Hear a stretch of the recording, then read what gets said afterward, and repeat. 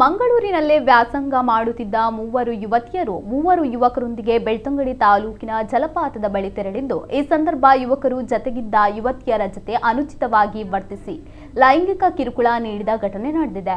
ಆರೋಪಿ ಯುವಕರ ವಿರುದ್ಧ ಬೆಳ್ತಂಗಡಿ ಪೊಲೀಸ್ ಠಾಣೆಯಲ್ಲಿ ಪ್ರಕರಣ ದಾಖಲಾಗಿದೆ. ಕೇರಳದ ಕಾಸರಗೋಡು ಮೂಲದ 36 ವರ್ಷ ಪ್ರಾಯದ ಅಬ್ದುಲ್ ಖಾದರ್ ಅಲ್ತಫ್, 27 ವರ್ಷ ಪ್ರಾಯದ ಫೈಜಲ್ ಆದಿಲ್ ಮತ್ತು 18 ವರ್ಷ ಪ್ರಾಯದ ಉಸ್ಮಾನ್ ಸಾಲಿಂ ಈ ಪ್ರಕರಣದ ಆರೋಪಿಗಳಾಗಿದ್ದಾರೆ. ಮೇ 20ರಂದು ಮೂವರು ವಿದ್ಯಾರ್ಥಿನಿಯರು ಈ ಮೂವರು ಆರೋಪಿಗಳ ಜೊತೆ ಜಲಪಾತ ವೀಕ್ಷಣೆಗೆ ತೆರಳಿದ್ರು.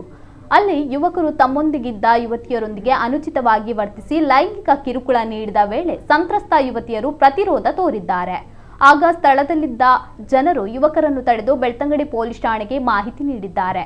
ಪೊಲೀಸರು ಮೂವರು ಯುವಕರನ್ನು ಬೆಳ್ತಂಗಡಿ ಠಾಣೆಗೆ ಕರೆದೊಯ್ದು ಪ್ರಕರಣ ದಾಖಲಿಸಿದ್ದಾರೆ. ಆರೋಪಿಗಳ ವಿರುದ್ಧ ಮುಂದಿನ ಕಾನೂನು ಕ್ರಮ ಕೈಗೊಳ್ಳಲಾಗುವುದು ಎಂದು ಪೊಲೀಸರು ತಿಳಿಸಿದ್ದಾರೆ.